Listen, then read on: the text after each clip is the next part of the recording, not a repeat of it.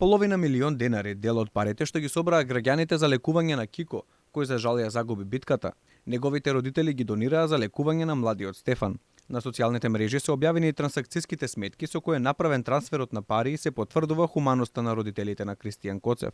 Ки успее ли Стефан во битката е прашање за чиј позитивен одговор се надева јавноста, која повторно се мобилизираше во хумани цели. На Стефан му се потребни над 585.000 денари за посебен респиратор за дишење. Со донацијата од семејството на Кико, останува да се соберат уште околу 85.000 денари, односно околу 1400 евра. Хуманите граѓани кои сакаат да помогнат за неговото лекување, тоа може да го сторат преку броевите 143 468 за корисниците на А1 и 143 140 за корисниците на Телеком.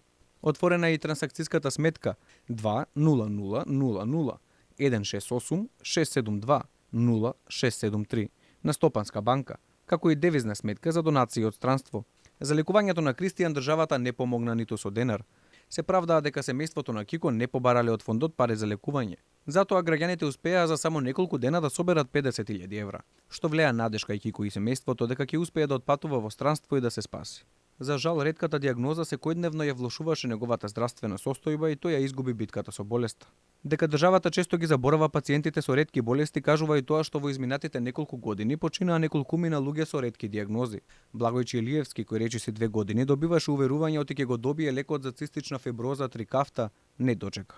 Јана Арсовска со редок тип на рак не издржа чекајќи на ФЗОМ да ја одобри парични средства за лекување во странство.